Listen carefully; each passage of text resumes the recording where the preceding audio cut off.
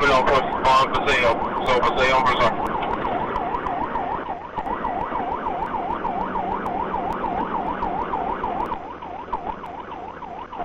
2024, you gotta put it out. You put it out.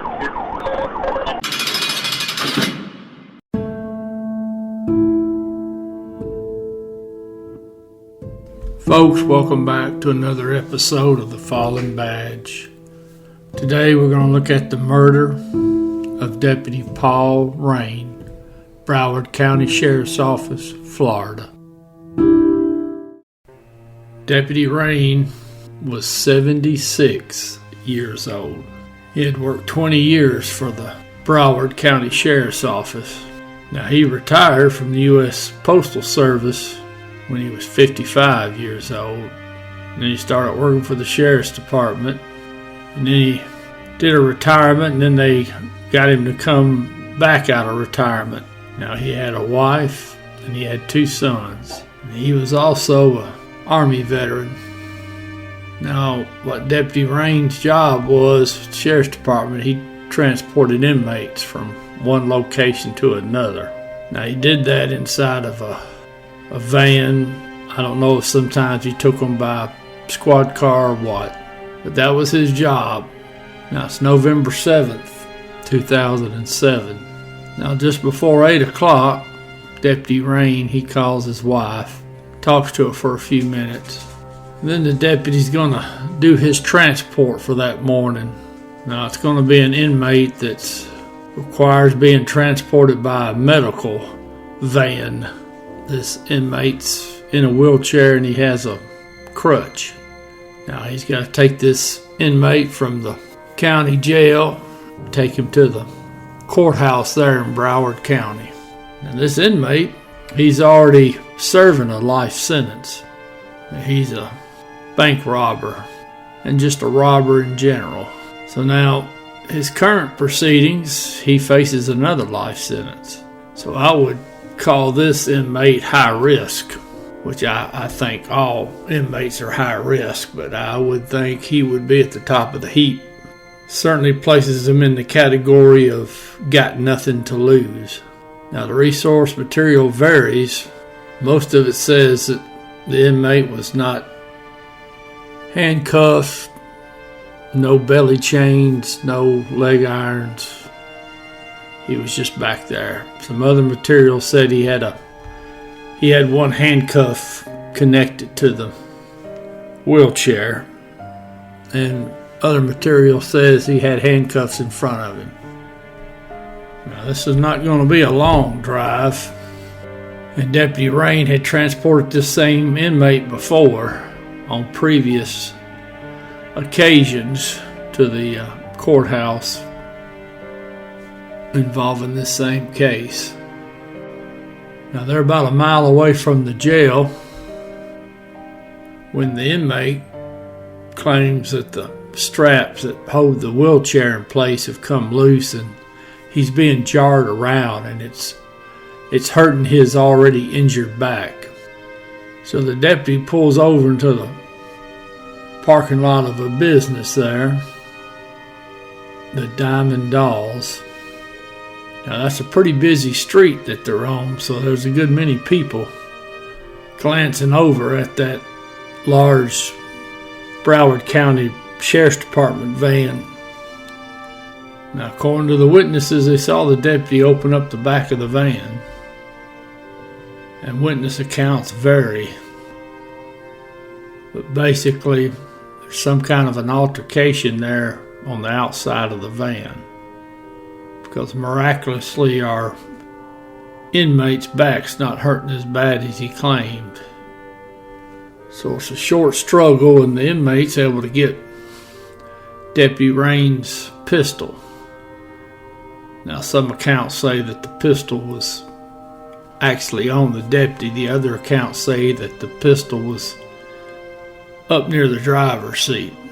I don't know the procedure for how firearms are stored for Broward County. Some accounts say that the inmate had a garrote that he was choking out the deputy with before he went and got the deputy's pistol. But in any event, Deputy Rein is shot one time in the chest. Now, he didn't have a vest on. So Deputy Rein, he goes down onto the parking lot. Now, the sheriff's department would tell the media, they said they got a strong suspicion that this may have been a pre-planned event. Well, that's a shocker, isn't it? They also think that possibility that the injuries the inmate claimed he had might have been a ruse to aid in his escape. I'd say that's probably just about right. Of course, my question is, the sheriff's department knows inmates don't tell the truth and that they'll play games and that they're always plotting to escape, especially those serving a life sentence. Why didn't you make any preparations to prevent such an escape? Like not put a 76-year-old man by himself in a transport van. Now, Deputy Rein also had a broken finger and bruises, which would have been the initial injuries before he was shot. Now, one witness said she saw Deputy Rein guiding the inmate up towards the front of the vehicle, and that then there was the altercation and the shooting. Another witness just said he heard a gunshot and he looked over and he saw the deputy down and the inmate bending over him. An inmate later claimed that he had watched the inmate practice this procedure he was going to use to escape from the deputy. And he said the inmate told him, he says, yeah, the wheelchair straps would come loose, and that the inmate, he hollered up at the Deputy Rein, and said, hey, you need to secure these, it's hurting my back. So the deputy had pulled over Deputy Rein. He had secured the wheelchair, and then he had told the inmate that I'll drive real slowly the rest of the way to the courthouse. So our inmate, he's already done his little practice round, and it worked. So according to investigators, that's what they're figuring happened. He just did the same thing for real. So the suspect drove southbound, gets down around 27th Avenue and Davie Boulevard in Fort Lauderdale. That's where he ditches the van. Then he hitchhikes further southbound down along Dixie Highway. He ends up down there near Scott Street in Hollywood. Well, he saunters over to the Dixie pawn shop, and he sees a fella coming out. The inmate, he gives this fella, he gave some story about him and his wife getting into it, and he just needed to get away from the area for a little while. So this Good Samaritan, he says, well, all right, well, you can go ride with me. I'm checking the pawn shops for a set of speakers. So they leave the Dixie pawn shop and they head over to the Uptown pawn shop. That's over there in the 6000 block of Hollywood Boulevard. Now, the inmate, he sits in the car, and our Good Samaritan, he walks into the Uptown pawn shop. Now, while he's in there, the store manager, he's got the news on. Well, the news is talking nonstop about the inmate escape and that a sheriff's deputy was shot and killed. Well, they're showing a picture of the escapee, and our Good Samaritan realizes that the escapee is sitting out in his car right now. So he tells the manager, call the police, because the fella's sitting outside my car. So the police show up, as you might guess, a whole bunch of them. Take the inmate into custody. So now they interview the inmate. They ask him what happened. Now this inmate, who's about 40 years old, and he's a pretty bulky fella. He's broad-shouldered. According to the inmate, when he complained to Deputy Rein that straps had come loose on the wheelchair and it was hurting his back, the deputy had pulled over, opened the van doors, climbed in, and had attacked the inmate. They had gotten into a scuffle and they fell out of the van, and that the inmate had shot and killed the 76-year-old deputy in self-defense. Now, the sheriff's department, which there's not even a need to even comment about their thinking on officer safety or any concern that they might have for their employees. I think their actions speak loudly.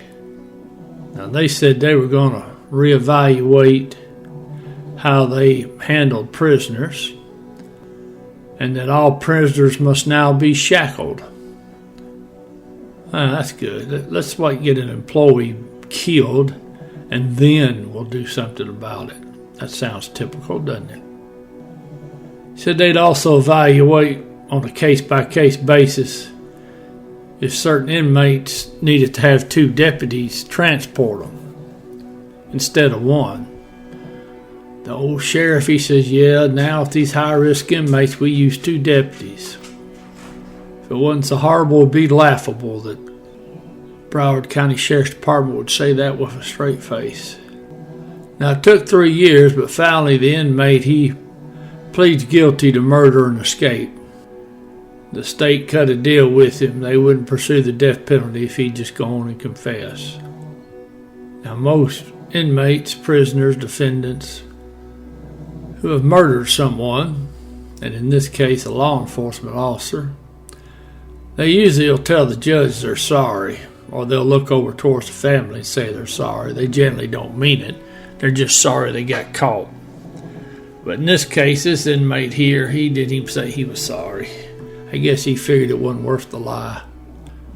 So the inmate got another life sentence. That'll teach him a lesson. Now he's got 2 life sentences.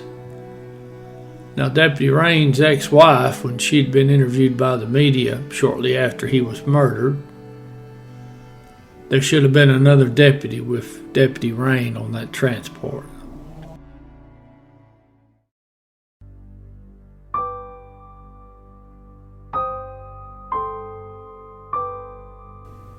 Deputy Paul Rein. End of watch, November 7th, 2007.